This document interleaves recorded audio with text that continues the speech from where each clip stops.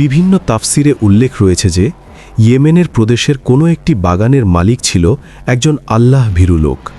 সে বাগানের ফসলের নির্দিষ্ট একটি অংশ গরিব মিসকিনগণকে দান করত, কিন্তু তার মৃত্যুর পর তার 3 পুত্র তার মালিক হল। তারা ভাবল যে আমাদের লোকসংখ্যা অনেক, আমাদের পরিবার পরিজনের তুলনায় বাগানের ফসল সম্পদ খুবই অপ্রতুল, সুতরাং গরিব মিসকিনগণকে ফসলের নির্দিষ্ট একটি অংশ দান করা আমাদের পক্ষে সম্ভবপর নয়। কিন্তু কোনো এক ছেলে এই চিন্তাধারার বিপরীত ছিল। সে গরিব মিসকিনের প্রতি ছিল সহানুভূতিশীল, তবে তার কথায় অন্যান্যরা কান দিল না। তারা প্রতিজ্ঞা করল যে আগামী দিন সকালবেলা আমরা ভিক্ষুক দল আসবার পূর্বেই গিয়ে ফসল কেটে আনব। কিন্তু এ শপথ ও প্রতিজ্ঞায় আল্লাহর ইচ্ছাকে শমিল করল না। অর্থাৎ তারা এ কথা বলল না যে আল্লাহ চাইলে ইনশাআল্লাহ আমরা আগামীকাল সকালবেলা গিয়ে ফসল কেটে আনব। এ ইনশাআল্লাহ না বলা এবং গরিব মিসকিনগণকে না দেওয়ার ইচ্ছা প্রকাশের অপরাধে তাদের ঘুমে থাকা অবস্থায় আল্লাহ তাআলা তাদের বাগানের ওপর গজব নজিল করলেন। ফলে প্রচণ্ড মরুঝড় বায়ু বাগানের উপর দিয়ে প্রবাহিত হয়ে বাগানের ফসলকে মথিত করে সম্পূর্ণরূপে বিনাশ ও ধ্বংস করে ফেলল। বাগানটি দেখলে মনে হতো যে মথিত হয়ে চূর্বিত ফসলের ন্যায় হয়ে গেছে। অতঃপর অতি প্রত্যুষে তারা পরস্পর বলাবলি করতে লাগল যে তোমরা ফসল কাটতে চাইলে সকাল সকাল বাগানে চলো, ভিক্ষুকের দল ভিড় জমাবার পূর্বেই ফসল তুলে আনতে হবে।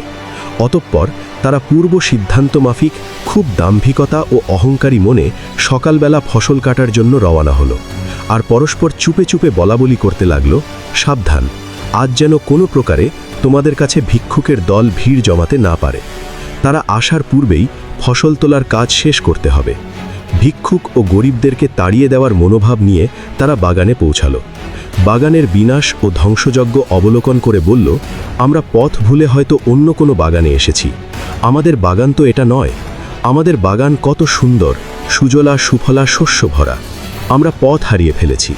কিন্তু বাগানের চতুর্দিকের সীমানা ও আলামত দেখে তারা চেতনা ফিরে পেল।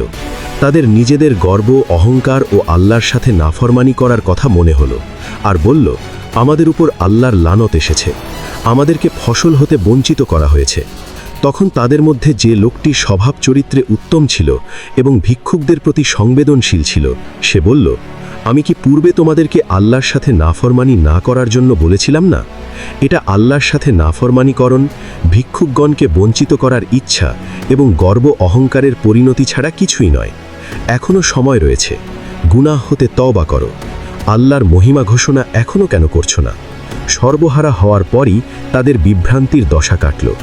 তারা মনে মনে তওবা করে আল্লাহর নিকট ক্ষমা প্রার্থনা করে বলল, হে আমাদের প্রতিপালক, আমরা আপনার মহিমা প্রকাশ করছি, আপনিই মহাশক্তিধর, আপনি আমাদেরকে ক্ষমা করুন, আমরা সীমা লঙ্ঘন করে ফেলেছি, ক্ষমা না করলে আমাদের আর কোনো উপায় নেই। অতঃপর তারা পরস্পর দোষারোপ করতে লাগল।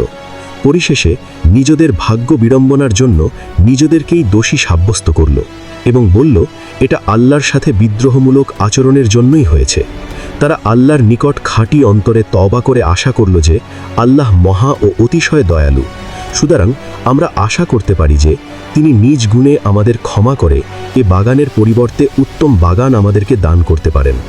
আমরা আমাদের যাবতীয় সমস্যা তার নিকট অর্পণ করলাম এবং তার দিকেই মনোনিবেশ করলাম। তফসিরকারগণ লিখেছেন, তাদের এই তওবার ফলে এবং নিজেদের যাবতীয় সমস্যা আল্লাহর নিকট সোপর্দকরণ এবং সত্য দিনের ধারক হওয়ার কারণে আল্লাহ তাআলা এটার তুলনায় অনেক অনেক গুণ উত্তম ও সুজলা সুফলা শস্য ভরা উদ্যান দান করে অপূর্ব সম্পদশালী করেছিলেন।